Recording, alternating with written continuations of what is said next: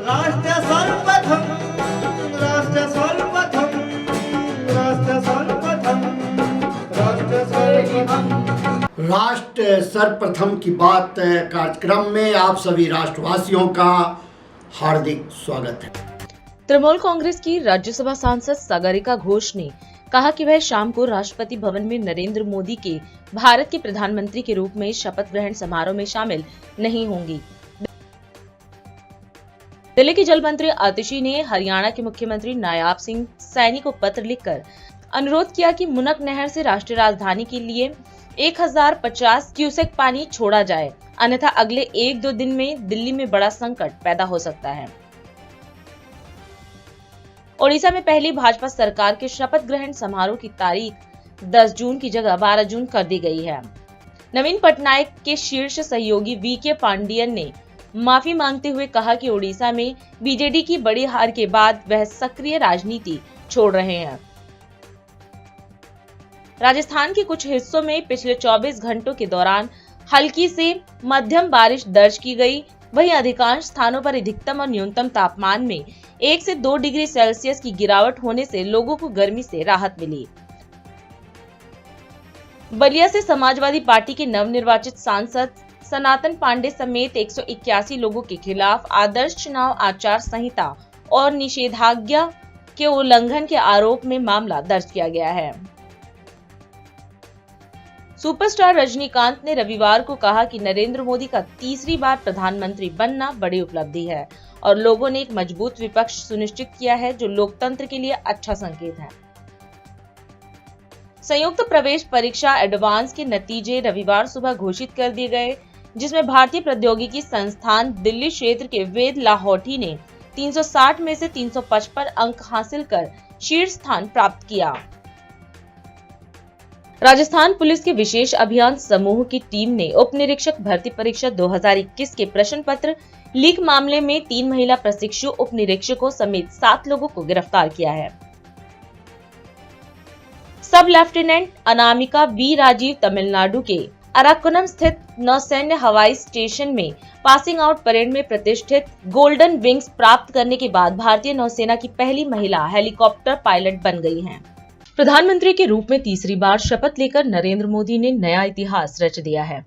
हाल ही में संपन्न हुए लोकसभा चुनाव में एनडीए ने बहुमत हासिल की, जिसके बाद नरेंद्र मोदी के नेतृत्व में एक बार फिर से सरकार बनी है। जवाहरलाल नेहरू के बाद वह पहले प्रधानमंत्री हैं जिन्होंने लगातार तीसरी बार पीएम पद की शपथ ली है। राष्ट्रपति द्रौपदी मुर्मू ने पद और गोपनीयता की उन्हें शपथ दिलाई। वहीं नरेंद्र मोदी के बाद उनके मंत्रिमंडल के अन्य सहयोगियों ने शपथ ली, जिसमें राजनाथ सिंह, अमित शाह, नितिन गडकरी व अन्य मंत्री शामिल रहे। मैं नरेंद्र दामोदर दास मोदी ईश्वर की शपथ लेता हूं कि मैं विधि द्वारा स्थापित भारत के संविधान के प्रति सच्ची श्रद्धा और निष्ठा रखूंगा। मैं भारत की प्रभुता और अखंडता अक्षुण्ण रखूंगा। मैं संघ के प्रधानमंत्री के रूप में अपने कर्तव्यों का श्रद्धापूर्वक और शुद्ध अंतःकरण से निर्वहन करूंगा तथा मैं भय या पक्षपात, अनुराग या द्वेष के बिना सभी प्रकार के लोगों के प्रति संविधान और विधि के अनुसार न्याय करूंगा। मैं नरेंद्र दामोदर दास मोदी ईश्वर की शपथ लेता हूं कि जो विषय संघ के प्रधानमंत्री के रूप में मेरे विचार के लिए लाया जाएगा अथवा मुझे ज्ञात होगा, उसे किसी व्यक्ति या व्यक्तियों को तब के सिवाय जबकि प्रधानमंत्री के रूप में अपने कर्तव्यों के सम्यक निर्वहन के लिए ऐसा करना अपेक्षित हो, मैं प्रत्यक्ष अथवा अप्रत्यक्ष रूप से संसूचित या प्रकट नहीं करूंगा। मैं राजनाथ सिंह ईश्वर की शपथ लेता हूं कि मैं विधि द्वारा स्थापित भारत के संविधान के प्रति सच्ची श्रद्धा और निष्ठा रखूंगा।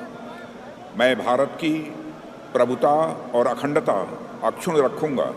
मैं संघ के मंत्री के रूप में अपने कर्तव्यों का श्रद्धापूर्वक और शुद्ध अंतःकरण से निर्वहन करूंगा तथा मैं भय या पक्षपात, अनुराग या द्वेष के बिना सभी प्रकार के लोगों के प्रति संविधान और विधि के अनुसार न्याय करूंगा।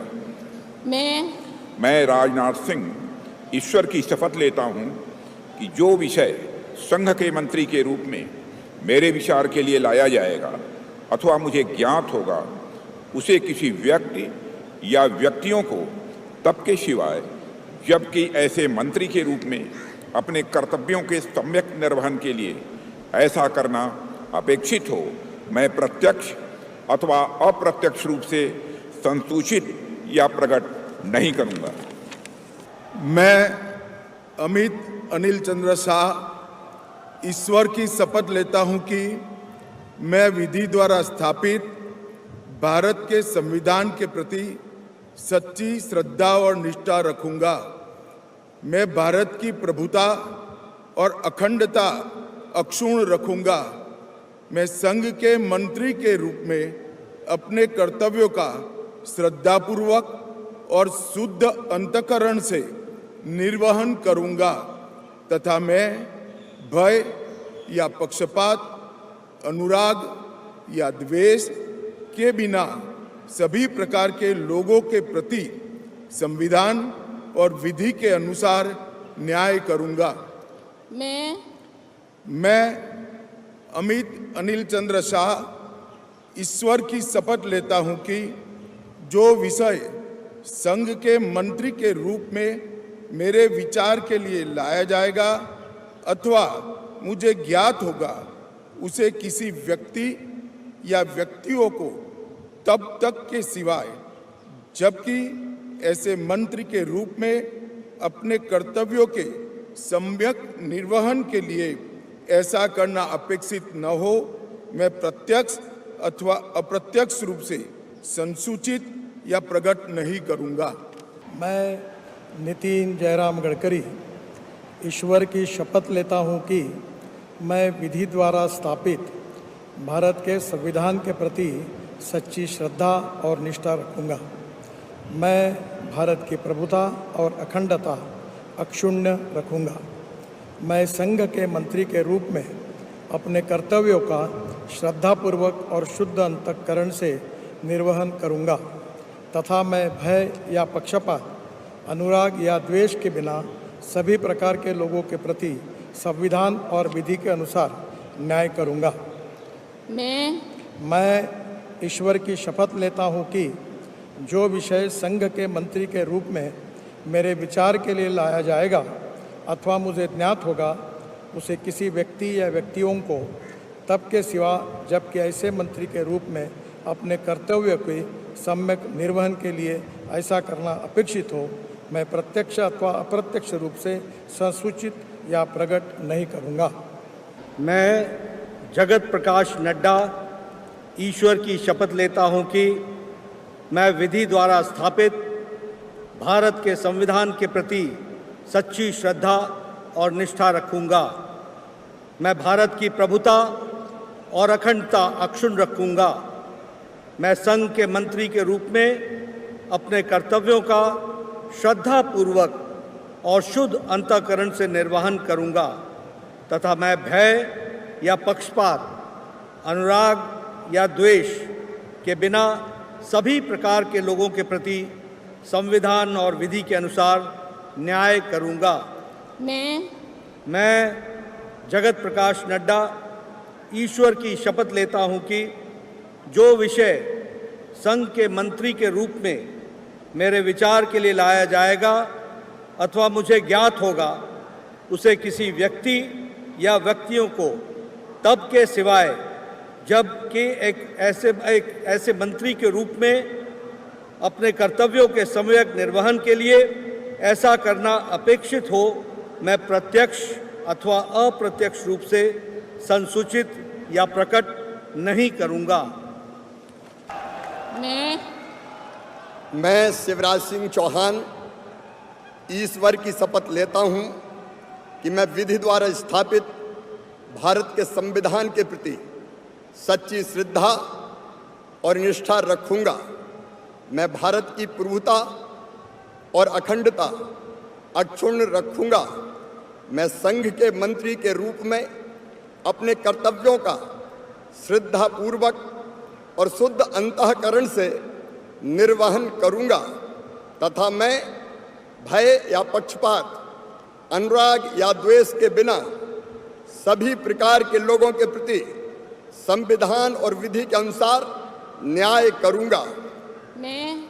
मैं शिवराज सिंह चौहान ईश्वर की शपथ लेता हूं कि जो विषय संघ के मंत्री के रूप में मेरे विचार के लिए लाया जाएगा अथवा मुझे ज्ञात होगा, उसे किसी व्यक्ति या व्यक्तियों को तब तक के सिवाय जबकि ऐसे मंत्री के रूप में अपने कर्तव्यों के सम्यक निर्वहन के लिए ऐसा करना अपेक्षित हो, मैं प्रत्यक्ष अथवा अप्रत्यक्ष रूप से संसूचित या प्रकट नहीं करूंगा।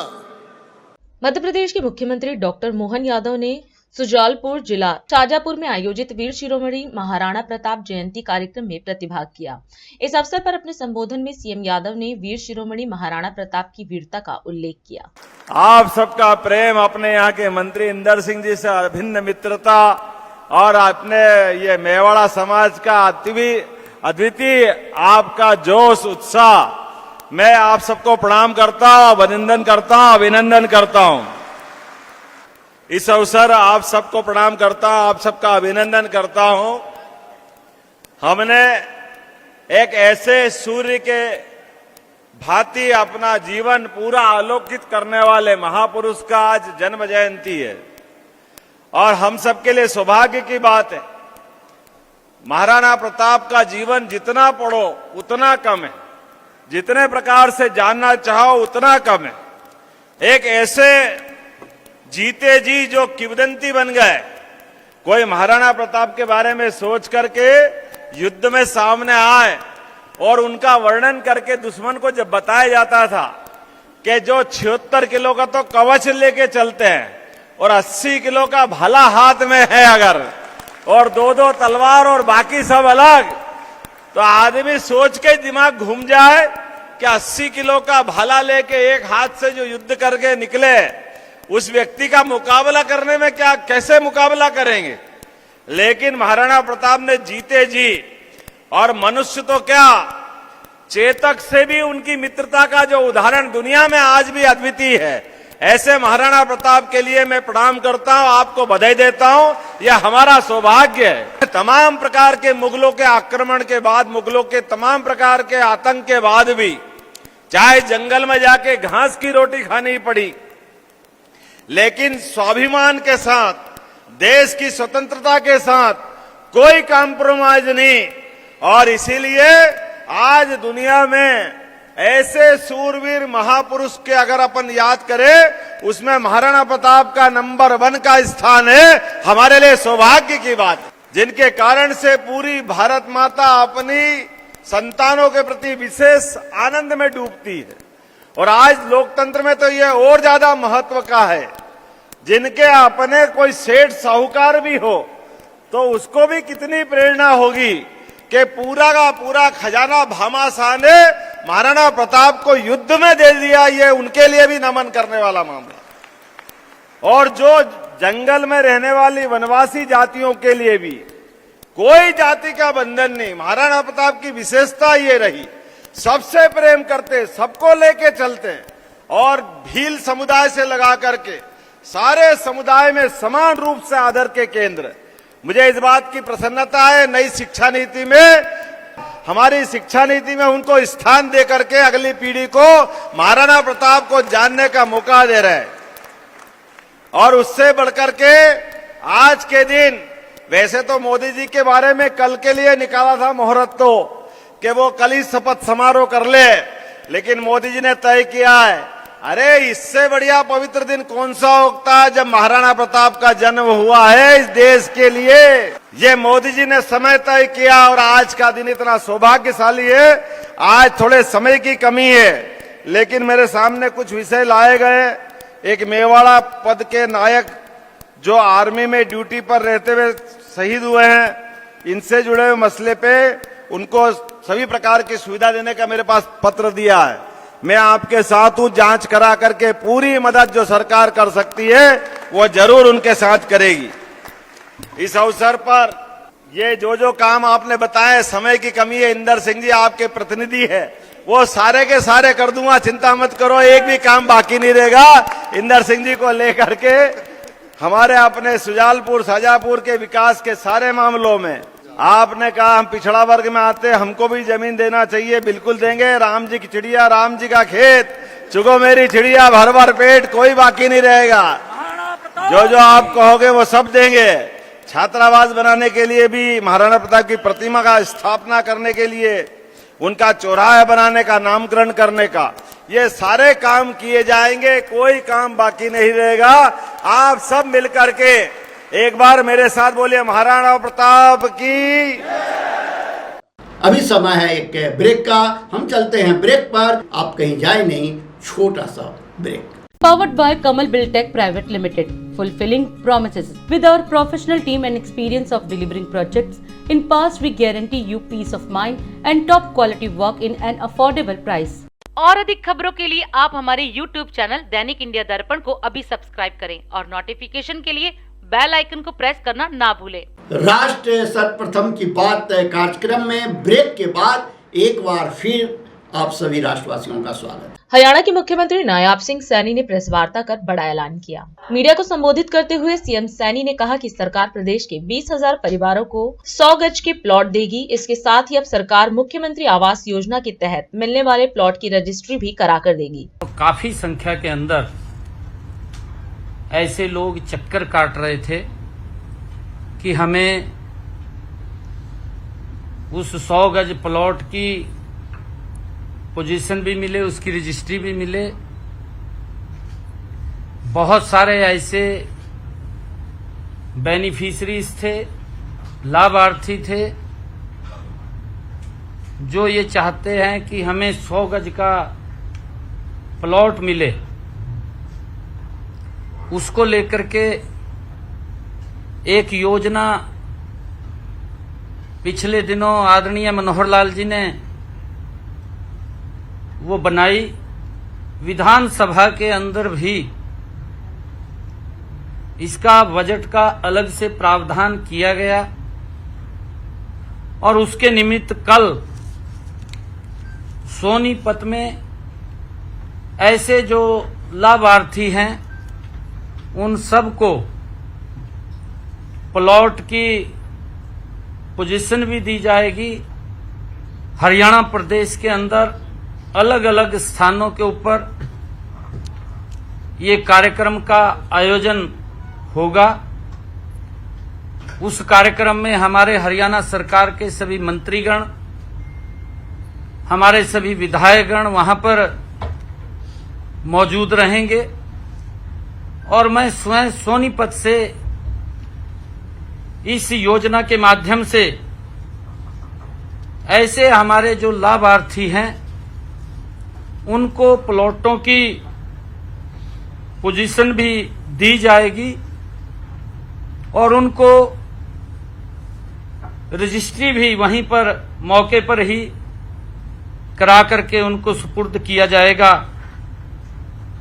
और इसके बाद ऐसे हमारे हरियाणा प्रदेश के अंदर ये 20,000 लाभार्थी हैं जिनको कल प्लॉट और पोजीशन दी जाएगी, क्योंकि ये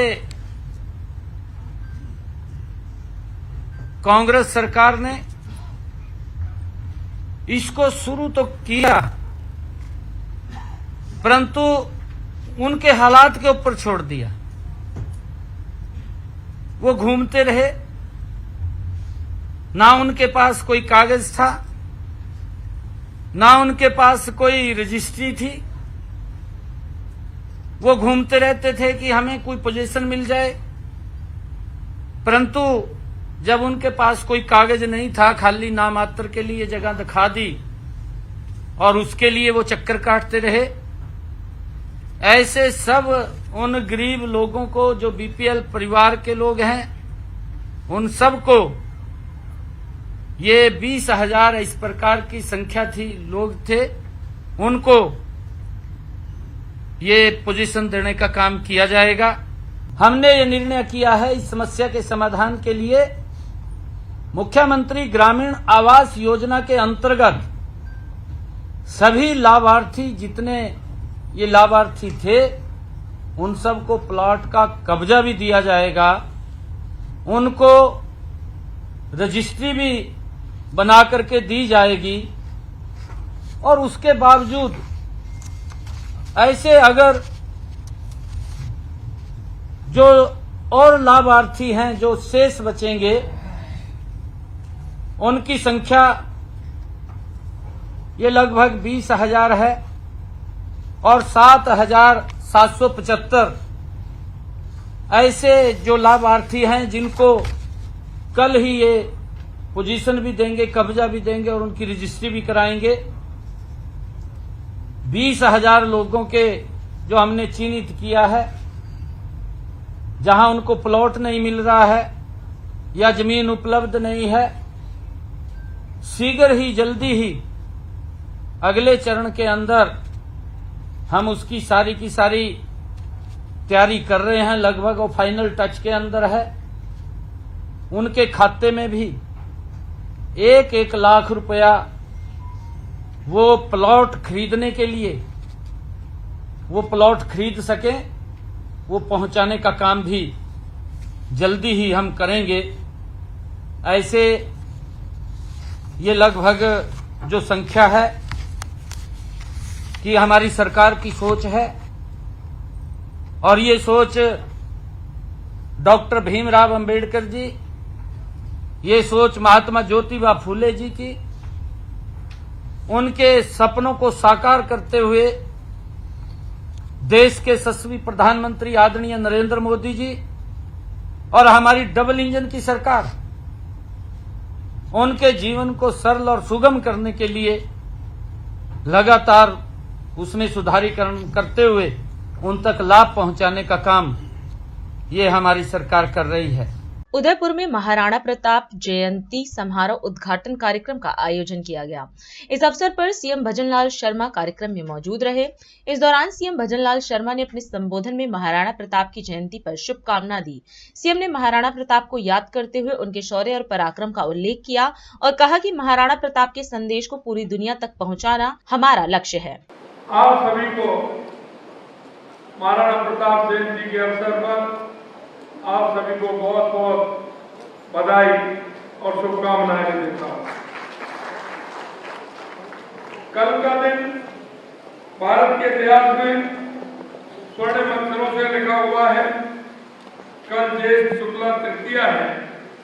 कल मेवाड़ मुकुट, सनातन धर्म की आन मान शान, वीर शिरोमणि और हिंदुआ सूरज महाराणा प्रताप जी की जयंती है। मैं उन्हें कोट कोट नमन करता हूं। और इस मेवाड़ का एक विशिष्ट स्थान भी है। मेवाड़ की धरती पर जन्मे महाराणा प्रताप का नाम सुनते ही धमनियों में शौर्य और पराक्रमण की रक्त प्रवाहित होने लगता है। मस्तक गर्व और स्वाभिमान से ऊंचा हो उठता है। महाराणा प्रताप वीर एवं पराक्रमी थे, जिन्होंने अपनी मातृभूमि की स्वतंत्रता हेतु राजपाट वैभव का एक क्षण में त्याग कर दिया। वो जंगलों में, भीड़ों में, कष्ट में जीवन जिया, लेकिन स्वाभिमान से समझौता नहीं किया। ऐसे हमारे महाराणा प्रताप। महाराणा प्रताप जी ने कभी मुगलों की दास्तां स्वीकार नहीं की। उनके शौर्य एवं पराक्रम को लेकर कहा जाता है, माई एड़ा पूत जन जेड़ा राणा प्रताप अकबर सूतो ओज के जान सिराणो सा। यानी अर्थात ऐसे पुत्र माता ऐसे पुत्रों को जन्म दे जैसे राणा प्रताप, जिनको अकबर सिराने का सांप समझकर सोता हुआ भी चौंक पड़ता था, ऐसे महाराणा प्रताप। महाराणा प्रताप द्वारा लड़ा गया हल्दी घाटी का युद्ध इतिहास के पन्नों में स्वर्ण अक्षरों में अंकित है। राजस्थान का इतिहास लिखने वाले कर्नल जेम्स टॉड ने हल्दी घाटी के युद्ध को थर्मोपल्ली ऑफ मेवाड़ और देवेर के युद्ध को मेवाड़ का मैराथन बताया। कितने बड़े वो योद्धा थे जिन्होंने जिस तरह की उस समय के कर्नल जेम्स टॉड ने उनको ये उपाधि दी। कवि श्याम नारायण पांडे ने राणा प्रताप की तलवार की भी कविता लिखी है। चढ़ चेतक पर तलवार उठा, रखता था भूतल पानी को, राणा प्रताप सिर काट काट करता था सबल जवानी को। मेवाड़ की धरती को पन्ना दहाई के बलिदान के लिए माना जाता है, जिन्होंने अपने पुत्र का बलिदान देकर स्वामी भक्त की मिसाल काम की है। मेवाड़ की धरती पर भामाशाह को भी नहीं भूला जा सकता, जिन्होंने संकट की घड़ी में अपना सारा खजाना महाराणा प्रताप के लिए खोल दिया था। मेवाड़ को मीरा की भक्ति के लिए भी जाना जाता है। मेवाड़ की धरती को अपने धर्म पर अड़ग रहने के लिए भी कहा जाता है। जो दृढ़ राखे धर्म को ताई राखे करता, इस तरह की कहावत मेवाड़ के अंदर है। मेवाड़ का आदर्श रहा है। इसे विडंबना ही कहेंगे कि आजादी के बाद कई दशकों तक हमारे गौरवशाली इतिहास को छुपाया जाता रहा। विदेशी आक्रांताओं की पीढ़ी को रटवाकर मस्तिष्क को कलुषित करने का प्रयास होता रहा। महाराणा प्रताप जिस कुल में पैदा हुए उसमें बाबा बप्पा रावल, महाराणा कुंभा और महाराणा सांगा जैसे कई वीर योद्धा भी हुए। हमारे ऐसे महापुरुषों पर भी हमें गर्व होना चाहिए। हमें हमारे उस सारी जो हमारी इति है, जो हमारा इतिहास है, उस इतिहास को आने वाली पीढ़ी को हम किस तरह से उसका सृजन करें, ये भी हमें करना चाहिए।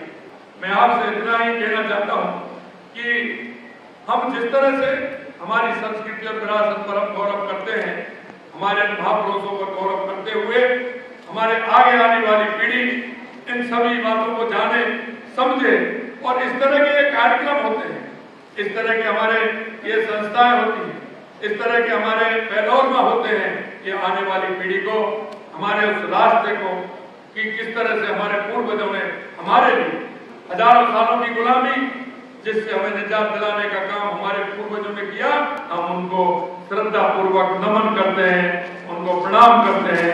ऐसे महापुरुषों से हम इस बात का सोच भी हम लेते हैं कि ऐसे लोगों को हमें हमारी आगे वाली पीढ़ी के लिए सजो के रखना चाहिए और उनको बताना चाहिए कि हमारी पीढ़ी ने किस तरह से हमारी भारत माँ के लिए काम किया। इस अवसर पर मैं प्रताप गौरव केंद्र के सभी पदाधिकारियों को और आप सभी को बहुत बहुत धन्यवाद और साधुवाद देना चाहता हूं कि मेरे को इस ऐसे पुण्य कार्य के लिए आप सभी ने बुलाया। आप सभी को बहुत बहुत धन्यवाद। और अधिक खबरों के लिए आप हमारे YouTube चैनल दैनिक इंडिया दर्पण को अभी सब्सक्राइब करें और नोटिफिकेशन के लिए बेल आइकन को प्रेस करना ना भूलें।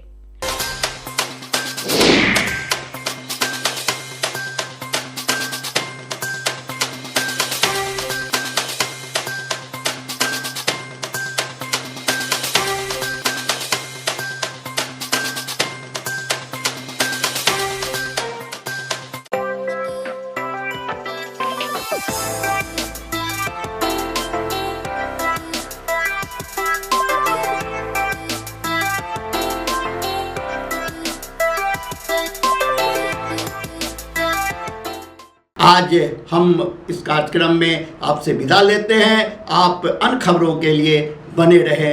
राष्ट्र सर्वप्रथम, वंदे मातरम, जाग उठा है भारत। राष्ट्र सर्वप्रथम, राष्ट्र सर्वप्रथम, राष्ट्र सर्वप्रथम, राष्ट्र सर्वप्रथम।